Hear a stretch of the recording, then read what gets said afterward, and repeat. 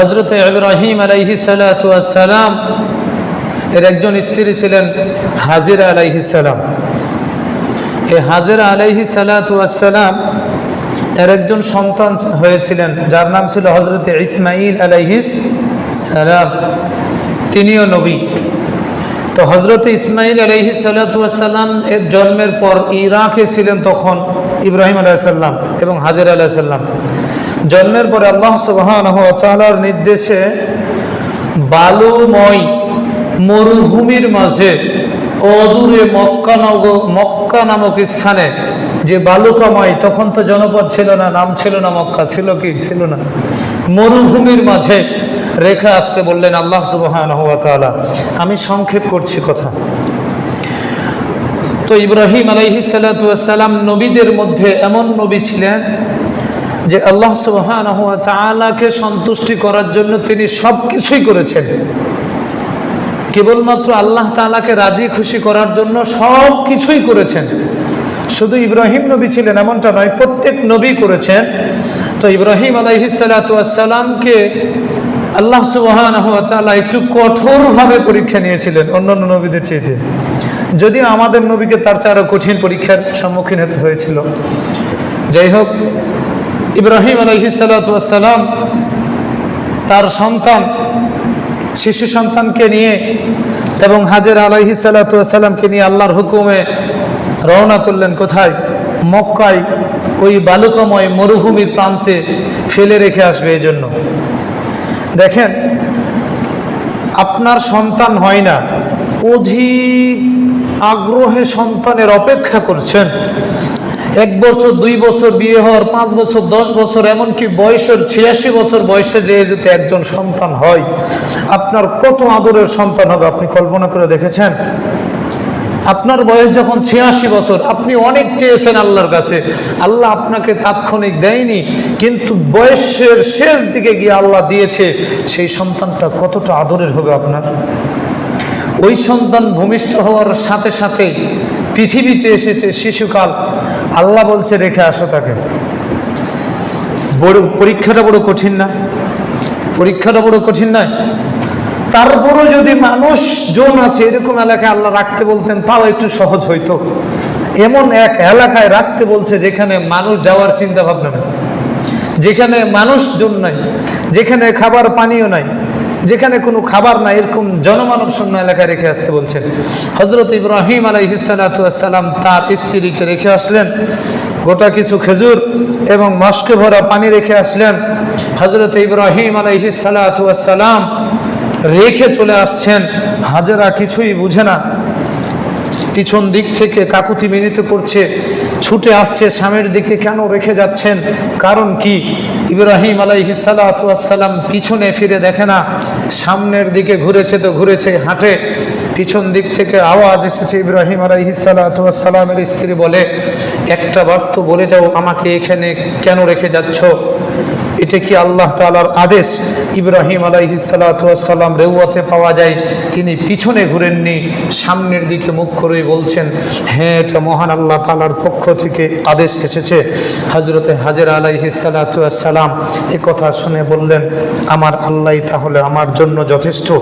দেখছেন কেমন নবীর স্ত্রী আর কেমন নবীর মা, তিনি আল্লাহ তাআলার উপর কতটা তাওয়াক্কুল করেছে, আর আমি আপনি কেমন কতটা তাওয়াক্কুল করি আল্লাহ তাআলার কাছে। আমরা তো আল্লাহ তাআলার কাছে ভরসা করি না। হযরত ইব্রাহিম আলাইহিস সালাতু ওয়াস সালামের স্ত্রী যেমন নবীর স্ত্রী, তেমন ইসমাঈল আলাইহিস সালাতু ওয়াস সালামের মা নবীর মা। হযরত হাজেরা আলাইহিস সালাতু ওয়াস সালাম একজন নবীর স্ত্রী আর একজন নবীর মা। তিনি যখন শুনলেন আল্লাহ তাআলা রাখতে বলে গেছেন, তখন ইব্রাহিম আলাইহিস সালামের স্ত্রী বলছেন, আমার জন্য আমার আল্লাহ যথেষ্ট। ও আমার মুসল্লিগণ, আমাদের জন্য কি আমার আল্লাহ যথেষ্ট নয়? আমাদের জন্য কি আমার আল্লাহ যথেষ্ট নয়? অবশ্যই যথেষ্ট, অবশ্যই যথেষ্ট।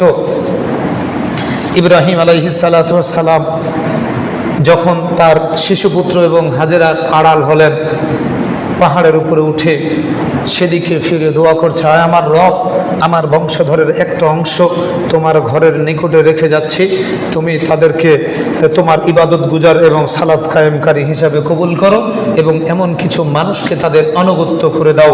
ইব্রাহিম আলাইহিস সালাতু ওয়াস সালাম দোয়া করলেন। নবীজি বলেন আল্লাহ সুবহানাহু ওয়া তাআলা তার দোয়া কবুল করেছেন। হযরত ইব্রাহিম আলাইহিস সালাতু ওয়াস সালাম যে খাবার এবং পানিও রেখে এসেছিলেন, এই খাবার পানি যখন শেষ হয়ে যায়, হাজরা আলাইহিস সালামের বুকের দুধ শুকিয়ে যায়, ইসমাইল আলাইহিস সালাতু ওয়াস সালাম তৃষ্ণার্ত হয়ে পড়ে, ক্ষুধার্ত হয়ে পড়ে, পানির জন্য মক্কার নিকটে অবস্থিত সাফা পাহাড়ের উপরে উঠে চারদিকে ঘুরে পানি দেখে, কোথাও পানি পাই না। একজন মেয়ে মানুষ কতটা তৃষ্ণার্ত হলে, অসহায় হলে এরকম ছুটাছুটি করে সাফা পাহাড় থেকে মারুয়া পাহাড়ে রওনা দেন, মধ্যখানে দৌড় দেন, সাই করেন, মারুয়া পাহাড়ে উঠে চারদিকে দেখে কোথাও পানির সন্ধান পাওয়া যায় কিনা, আবার মারুয়া পাহাড় থেকে সাফা পাহাড়ে আসে, এরকম 7 বার যায়। সাফা পাহাড় থেকে শুরু করে মারুয়া পাহাড়ে মোট 7 বার করবেন। এই 7 বার সাই করা হাজিদের জন্য আল্লাহ সুবহানাহু ওয়া তাআলা ওয়াজিব করেছেন।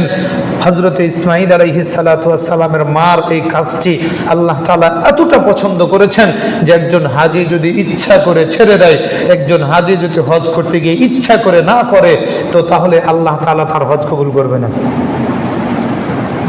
এই জন্য আল্লাহ তাআলা আমাদের জন্য এটাকে ওয়াজিব করে দিয়েছেন হজের। এরপরে ইব্রাহিম আলাইহিস সালাতু ওয়াস সালামের স্ত্রী হাজরা আলাইহিস সালাম সন্তানের দিকে ছুটে যায় পানির না খুঁজবে।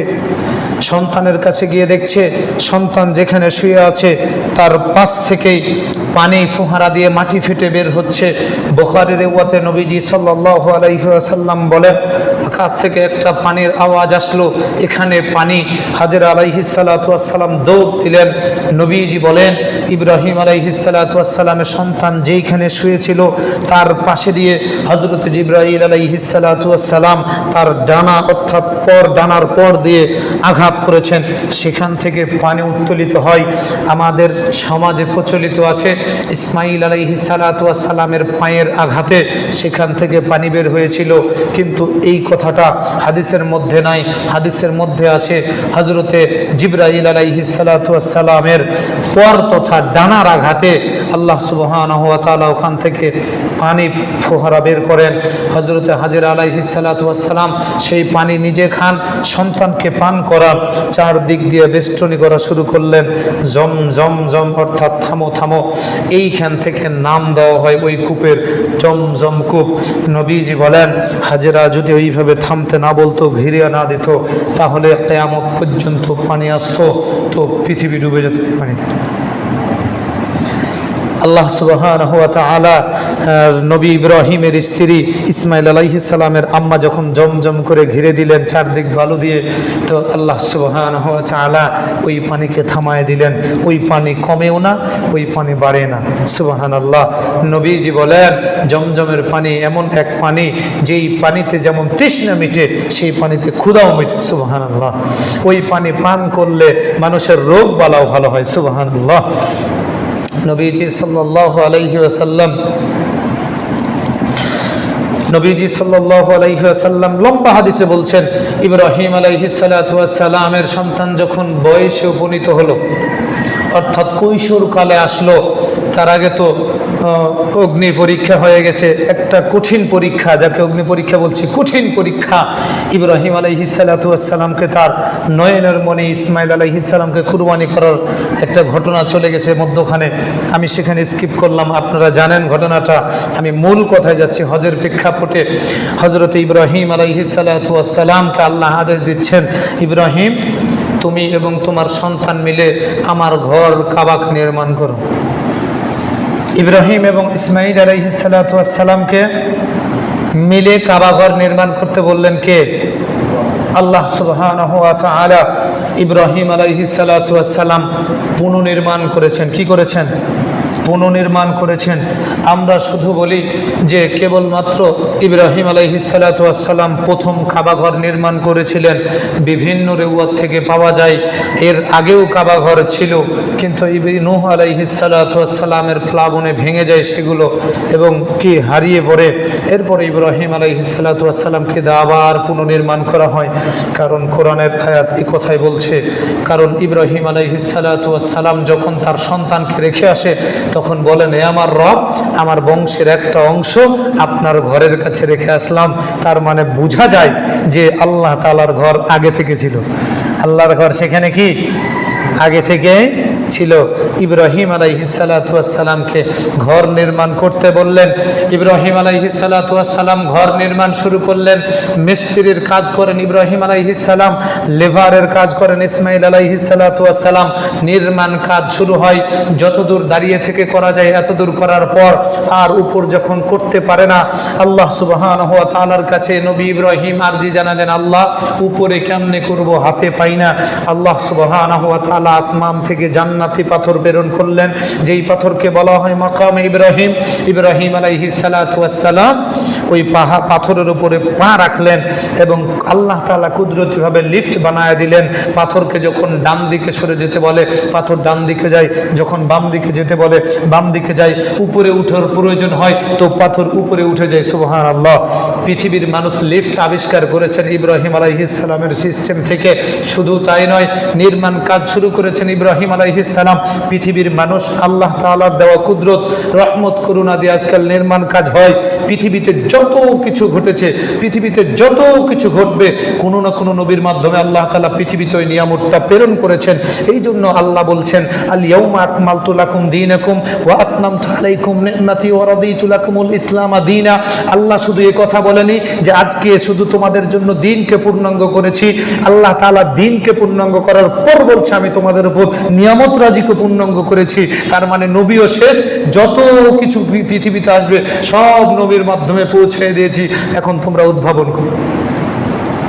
আল্লাহ শুধু বলেনি যে আমি তোমাদের জন্য দিনকে পূর্ণাঙ্গ করেছি, আল্লাহ দিনকে পূর্ণাঙ্গ করার পর সাথে সাথে বলছে আমি তোমাদের উপর নিয়ামত রাজিকে পূর্ণাঙ্গ করে দিয়েছি।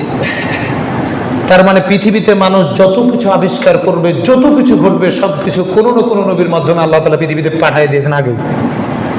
আর আমরা যেগুলো পাচ্ছি এগুলো নতুন আবিষ্কার করছি, কি এগুলো আল্লাহ তাআলা আগে কি করে দিয়েছেন, পাঠিয়ে দিয়েছেন, শুধু আমরা পরে পাচ্ছি। এগুলো কি শুধু আমরা পরে পাচ্ছি। হযরত ইব্রাহিম আলাইহিস সালাতু ওয়াস সালাম যখন কাবা ঘর নির্মাণ করলেন, আল্লাহকে বলেন রব্বানা তাকাব্বাল মিন্না ইন্নাকা আনতাস সামিউল আলিম। নবী ইব্রাহিমের দোয়া, ইব্রাহিম আলাইহিস সালাম বলেন রব্বানা তাকাব্বাল মিন্না, ও আমার রব, হে আমার প্রতিপালক, তুমি আমাদের কাজগুলোকে কবুল করো। ইন্নাকা আনতাস সামিউল আলিম, নিশ্চয় তুমি সবকিছু জানো এবং সবকিছু শোনো। তাহলে আল্লাহ তাআলা সবকিছু জানে এবং শুনে, জানে শুনে না। এজন্য আমরা এই নবী ইব্রাহিমের দোয়া কি করব, বলবো। নবী ইব্রাহিম যে দোয়া শিক্ষা দিলেন, এই দোয়া আমরা কি করব, বলবো রব্বানা তাকাব্বাল, হে আমাদের রব, হে আমাদের প্রতিপালক, তুমি আমাদের কাজগুলোকে কবুল করো। প্রত্যেক কাজ করার পর অন্তত এই কথা বলতে পারবো। সালাত আদায় করা, সালাম ফেরানোর পর অন্তত এই কথা বলতে পারবো, রব্বানা তাকাব্বাল মিন্না ইন্নাকা আনতাস সামিউল আলিম, বলতে পারবো তো। ইব্রাহিম আলাইহিস সালাতু ওয়াস সালাম যখন কাবা ঘর নির্মাণ করলেন, আল্লাহ সুবহানাহু ওয়া তাআলা আদেশ করছেন ওয়াআযযিন ফিন নাস বিল হজ্জি ইয়াতুকা রিজালান ওয়া আলা কুল্লি যামিরিন ইয়াতিনা মিন কুল্লি ফাজ্জিন আমিক। আল্লাহ সুবহানাহু ওয়া তাআলা বলেন, ইব্রাহিম তুমি লোকদেরকে ঘোষণা করে দাও এইখানে এই ঘরে হজ করতে আসার জন্য। কিসের জন্য? হজের জন্য ঘোষণা করে দাও। লোকেরা দূর দূরান্ত থেকে আসবে পায়ে হেঁটে, কেউ উটের পিঠে চড়ে, কেউ পদবজ্র ভাবে, যেইভাবে পারুক সেভাবে কেউ কি করতে আসবে, হজ করতে আসবে। আল্লাহ সুবহানাহু ওয়া তাআলা ইব্রাহিম আলাইহিস সালাতু ওয়াস সালামকে ঘোষণা করতে বলেন। ইব্রাহিম আলাইহিস সালাম ঘোষণা করলেন, আর আল্লাহ তাআলা মানুষের কানে কানে পৌঁছায় দিলেন এই বাণী। লোকেরা সেখানে হজ করতে আসা শুরু করলেন। কোথা থেকে? ইব্রাহিম আলাইহিস সালাম